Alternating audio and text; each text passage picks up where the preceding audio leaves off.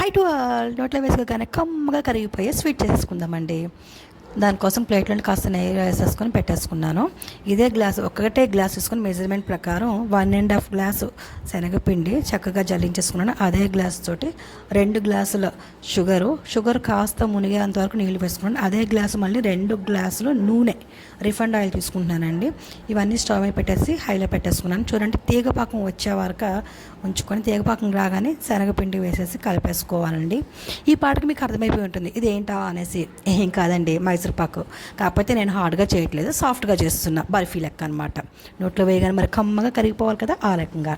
ఓకేనా, చూడండి ఈ రకంగా అయిపోయిన తర్వాత ఇందులోని వేడివేడి నూనె పక్కన పెట్టుకున్నాం కదండి, అది కూడా వేస్తూ కలుపుతూ నూనె అయిపోయే వరకు కలుపుతూనే ఉండాలండి. బాగా దగ్గర పడే వరకున. చూడండి దగ్గర పడింది కదా. ఇప్పుడు లాస్ట్లోని ఇలాచీ పొడి కూడా వేసేస్తున్నాను.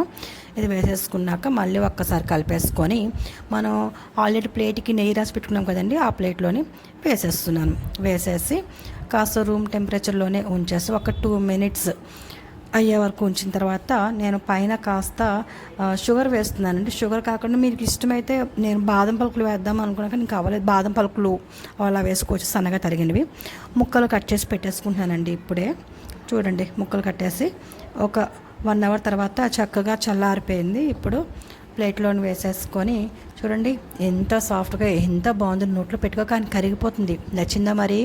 Please like, share, subscribe our channel. Thank you.